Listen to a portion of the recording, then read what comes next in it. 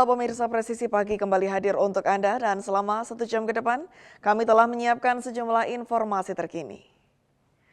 Bersama saya Ibtu Ines, kita lihat dulu 3 berita utama pagi ini. Satreskrim Polres Demak berhasil mengungkap kasus pembakaran 2 rumah warga.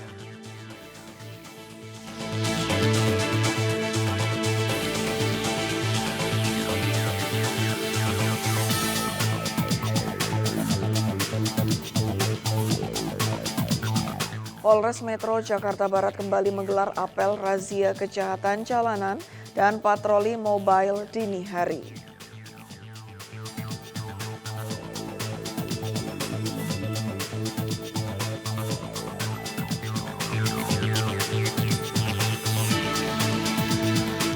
Polres Banjarnegara menggelar bakti kesehatan dalam rangka menyambut dan memperingati Hari Bayangkara ke-80 tahun 2026.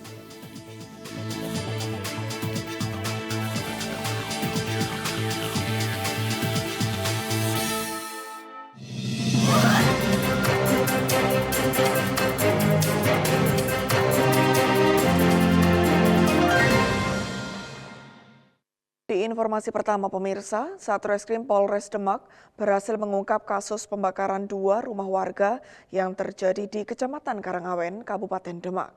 Pelaku yang sempat menjadi buronan akhirnya berhasil ditangkap. Pelaku diketahui berinisial AL 25 tahun warga desa Batusari, Kecamatan Meranggen, Kabupaten Demak. Dari hasil pemeriksaan, pelaku mengaku nekat melakukan aksi tersebut karena dilatar belakangi rasa sakit hati terhadap keluarga korban. Peristiwa pembakaran terjadi pada 2 Juni lalu dengan sasaran 2 rumah milik Dewi Retno Setianingrum, warga desa Rejosari, dan Sudarko, warga desa Tlogorejo, Kecamatan Karangawen. Saat melakukan olah tempat kejadian perkara, petugas menemukan cacaran bahan bakar minyak di sekitar lokasi. Temuan tersebut menjadi petunjuk awal bahwa kebakaran diduga sengaja dilakukan oleh seseorang. Dari rekaman kamera CCTV, polisi memperoleh petunjuk mengenai identitas pelaku. Dalam rekaman tersebut terlihat seorang pria menyiramkan BBM ke bagian depan rumah korban, kemudian menyulutkan menggunakan korek api sebelum melarikan diri. Hasil penyelidikan mengungkapkan bahwa pelaku memiliki motif dendam pribadi terhadap keluarga korban. AL mengaku sakit hati karena sebelumnya pernah memiliki permasalahan dengan anak korban yang mengakibatkan dirinya harus menjalani hukuman pidana. Atas perbuatannya tersangka dijerat dengan pasal 308 Kitab Undang-Undang Hukum Pidana dan penyidik masih melengkapi berkas perkara sebelum dilimpahkan ke kejaksaan. Dari Polres Demak, Polda Jawa Tengah melaporkan untuk Polri TV. Pemirsa, kasus pembunuhan tragis yang menewaskan siswi berusia 11 tahun asal desa Dawung, Kecamatan Jenar, Kabupaten Sragen akhirnya terungkap.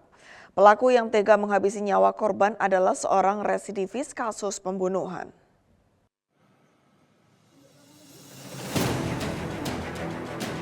Kapolres Sragen AKBP Dewiana Syamsu Ingiasari mengungkapkan, tersangka berinisial S warga Kecamatan Gondang berhasil diidentifikasi dan diamankan setelah penyidik Satreskrim Polres Sragen melakukan penyidikan intensif selama 5 hari. Dari hasil analisis rekaman CCTV dan keterangan para saksi, penyidik menemukan fakta bahwa sekitar 18 menit setelah korban tiba di rumah tersangka datang menyusul dengan alasan ingin meminjam sabit. Pelaku diketahui memasuki lingkungan rumah korban dengan membawa niat yang kini diduga telah dipersiapkan sebelumnya. Penyidik mengungkap bahwa sesaat setelah korban kembali masuk ke rumah pelaku, diduga langsung melancarkan aksinya. Sabit yang sebelumnya dipinjam dengan alasan membantu pekerjaan justru digunakan sebagai alat untuk melakukan penyerangan. Kapolres Sragen mengungkapkan bahwa tersangka merupakan residivis kasus kejahatan berat yang mengakibatkan korban lainnya meninggal dunia. Selalu korbannya dianiaya sampai meninggal dunia semua. Jadi memang sadis, pelaku ini cukup sadis. 2 kali? Sebelum kejadian ini ada 2 kali. 3 kali ini. Ini yang ketiga, kejadian ketiga korbannya meninggal semua. Tentu kita kan harus memperhatikan mensreanya ya. gitu. Nanti ini akan terus didalami lagi. Alatnya ini sudah kita masukkan dalam uji laboratorium forensik, jadi masih dalam pemeriksaan lab. Di rumah, ya.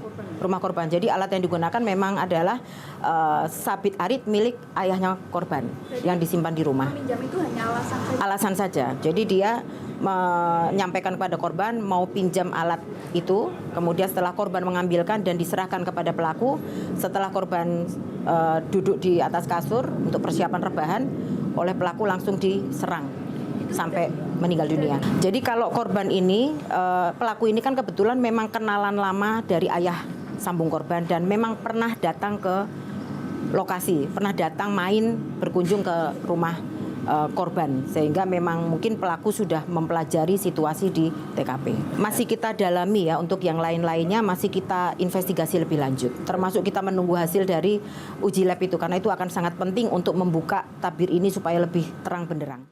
Hingga kini Satreskrim Polres Sragen terus melengkapi alat bukti, memeriksa saksi-saksi tambahan, menelusuri aliran hasil kejahatan, serta mendalami seluruh rangkaian peristiwa yang terjadi. Dari Polres Sragen, Polda Jawa Tengah melaporkan untuk Polri TV. Pemirsa, Polsek Cikarang Utara Polres Metro Bekasi bergerak cepat menindaklanjuti laporan masyarakat melalui layanan CLBK Polres Metro Bekasi terkait dugaan pelecehan dan perbuatan tidak menyenangkan yang dialami seorang perempuan di wilayah Kabupaten Bekasi. Dari hasil pengecekan awal, personil kemudian mengamankan korban dan terlapor untuk dimintai keterangan lebih lanjut. Korban diketahui merupakan karyawan di salah satu showroom sepeda motor, sementara terlapor diduga merupakan pemilik usaha tempat korban bekerja. Berdasarkan keterangan awal, peristiwa dugaan pelecehan tersebut diduga terjadi setelah korban dan terlapor melakukan aktivitas pekerjaan di wilayah Cikarang Selatan. Korban kemudian melaporkan kejadian tersebut melalui curhat langsung Bunda Kapolres atau CLBK Polres Metro Bekasi, hingga akhirnya ditindaklanjuti oleh Polsek Cikarang Utara. Sebagai tindak lanjut, Polsek Cikarang Utara membawa korban dan terlapor ke Polres Metro Bekasi untuk dilakukan pemeriksaan lebih lanjut oleh Unit Perlindungan dan Perempuan dan Anak Satreskrim Polres Metro Bekasi. Kapolres Metro Bekasi Kombes Pol Sumarni menegaskan bahwa setiap laporan masyarakat khususnya yang berkaitan dengan perlindungan perempuan dan anak akan ditindaklanjuti secara cepat, serius, dan profesional. Polres Metro Bekasi juga mengajak masyarakat untuk segera menghubungi layanan polisi 110 atau menyampaikan pengaduan melalui CLBK atau curhat langsung Bunda Kapolres apabila membutuhkan bantuan kepolisian. Dari Polres Metro Bekasi Kota, Polda Metro Jaya melaporkan untuk Polri TV. Di Jawa Tengah, pemirsa, Polres Karanganyar melakukan pengungkapan dugaan penipuan dan penggelapan berkedok rekrutmen pekerjaan. Dugaan tindak pidana penipuan dan atau penggelapan tersebut menyebabkan seorang warga mengalami kerugian hingga 60 juta rupiah.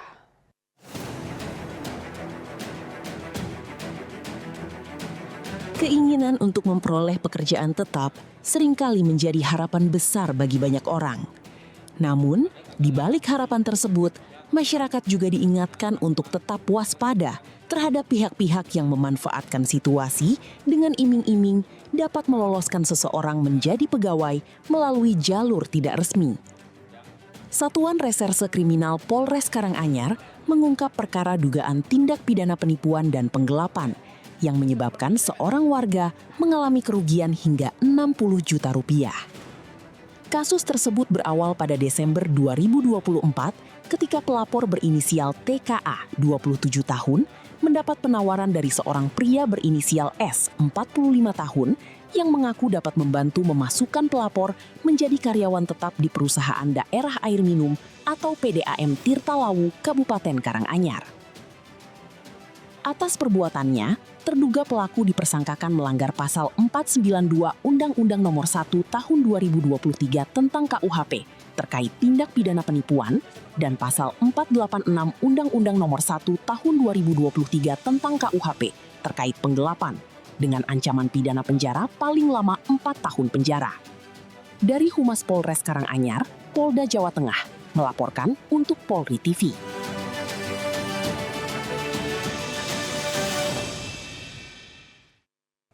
Selain itu, Polres Semarang, Polda Jawa Tengah mengamankan seorang pria berinisial ACS, 56 tahun, warga kota Salatiga, Jawa Tengah, yang mengaku Habib dan melakukan tindak pidana pencabulan. Pelaku melakukan aksinya pada bulan Juni 2023 hingga akhir tahun 2024. 8 santriwati menjadi korban atas perilaku ACS.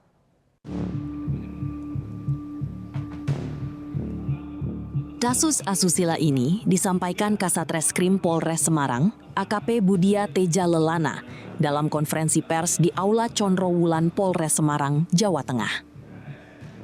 Kasat Reskrim menyampaikan bahwa pelaku bukanlah bagian yang struktur pengajar resmi, dan sebenarnya pelaku adalah tamu, serta membantu di ponpes yang berada di wilayah Kecamatan Susukan, Kabupaten Semarang.